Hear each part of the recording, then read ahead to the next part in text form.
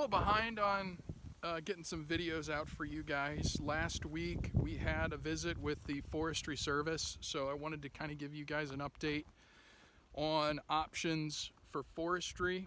If you guys want to be tree farmers, it's a great option. They'll do a cost share with you and give you a break on your property taxes. So it's pretty cool program here in North Carolina. So I'll kind of give you the walkthrough. They came and walked the property a couple of weeks ago, and we're going to develop a plan, a stewardship plan, to put 22 acres back into the forestry program, which it's going to cost me money, but it's the right thing to do. I want this to be something that I can give my kids when we're gone, and my grandkids too. Hopefully they can enjoy it, and it's just in the wildlife, so it's just an all-around bonus. It's for this portion, it's not about making money or saving money. It's about doing the right thing and what's good for the environment. So that's what we're going to do. During the visit, a couple of things that the forestry did. We did kind of a brief walk of the property to kind of look at what we have growing, and we have some good and some bad news. The bad news is we have Bradford pears, which this tree right here is a Bradford pear tree, and it is a non-native species. It's invasive actually, and they highly recommended, there's another one, to get rid of those because it's not good wood, it's not a good tree. It's actually from China, and I guess back in the 60s, these trees were very popular because they get a nice white flower on them. And then they get pears, which supposedly smell like rotten fish. So it's a fast-growing tree, and it takes over.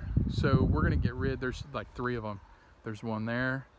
Those 2 are Bradford pears. That's a Bradford pear. And that one is a Bradford pear. So we're gonna get rid of all of the Bradford pears on this property and make room for the native species, the good stuff. So some of the good stuff that we have is this tree right here, which the leaves look like a tulip. So that is a poplar tree. That's actually got 2 of them right here.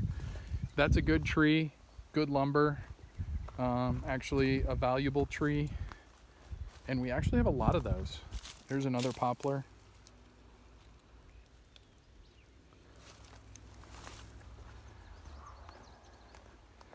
We have some maples.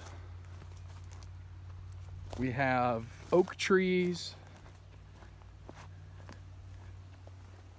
which, as you guys know, is all valuable stuff. So we're going to try to keep as many of the trees, the oak trees that we can, and maple trees that we can. Some of the trees didn't, when they came in and they clear cut this stuff, they leave the stump, and some of the trees, you probably can't see that one, there's too much stuff. Try to find you like what they call a stump sprout tree. So it's basically, in my opinion, an ugly tree that the stump, still alive, puts off runners, or puts off several shoots, so it looks more like a bush. Here's a good example. Those are all stump sprouts. Those trees won't really do much, so we're going to get rid of those. And I'm not sure, that tree, it's got buds on it, but it doesn't have leaves yet, so I'm not sure what that is.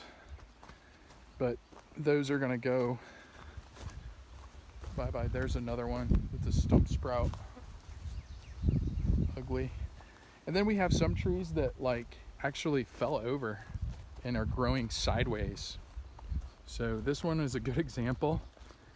I actually tried to pick this up with my forks, and it's still got a pretty good root system. So you can see how the tree fell here, and it's putting shoots off perpendicular to the trunk. So right here, shooting over here, sprouts.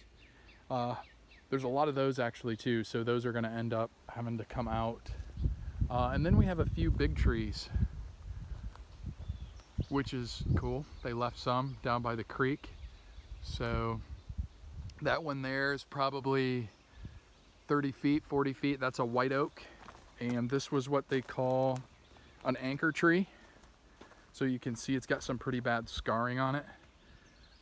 All this right in here is a scar from where they ran the chains and ropes to pull the logs up out of the, across the creek and up the hill to straighten them out. So hopefully that tree will survive, but it's been damaged pretty good, and it's a pretty tall tree, and it's an oak tree, so I'm hoping that it will survive, but time will tell. We've done some mowing, some of the paths through the property, just to kind of see what we're dealing with on a lot of this stuff. So I did some mowing up that way.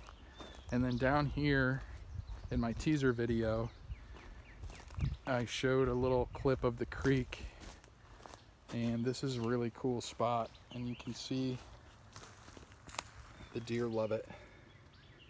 So lots of deer on the property, and they're already using this area that I cleared out. So that's really cool. But there is, I just talked to the neighbor, and there is a natural spring that feeds into his pond that trickles over and feeds into this creek. So this is a spring-fed creek, and it's got crystal clear, nice cold water in it, which is really cool.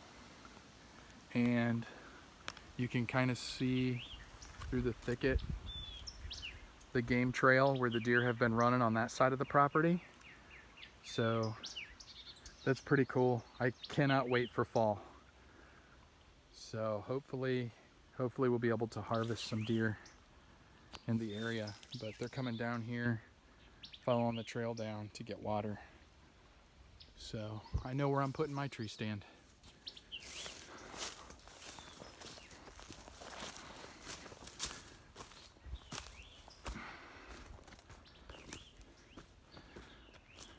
Yeah, lots of, and it's not just for us that I'm doing this, it's for the wildlife. You know, I want a park-like feel when I walk the property. So that's the goal. It's not going to happen overnight. Rome wasn't built in a day, and this won't be built in a day either. So pretty excited about having this to do after the build. And I think this channel will kind of morph from a build channel into like a homesteading channel, and I'll kind of bring you guys along on the ride with me as I get this thing back to what it should be. So, well, rain is supposed to be moving in and the skies are getting dark, so I'm going to cut this one short, and I will talk to you guys next time. If you haven't done so, hit the like and subscribe. Greatly appreciate it. Thanks, guys. See ya.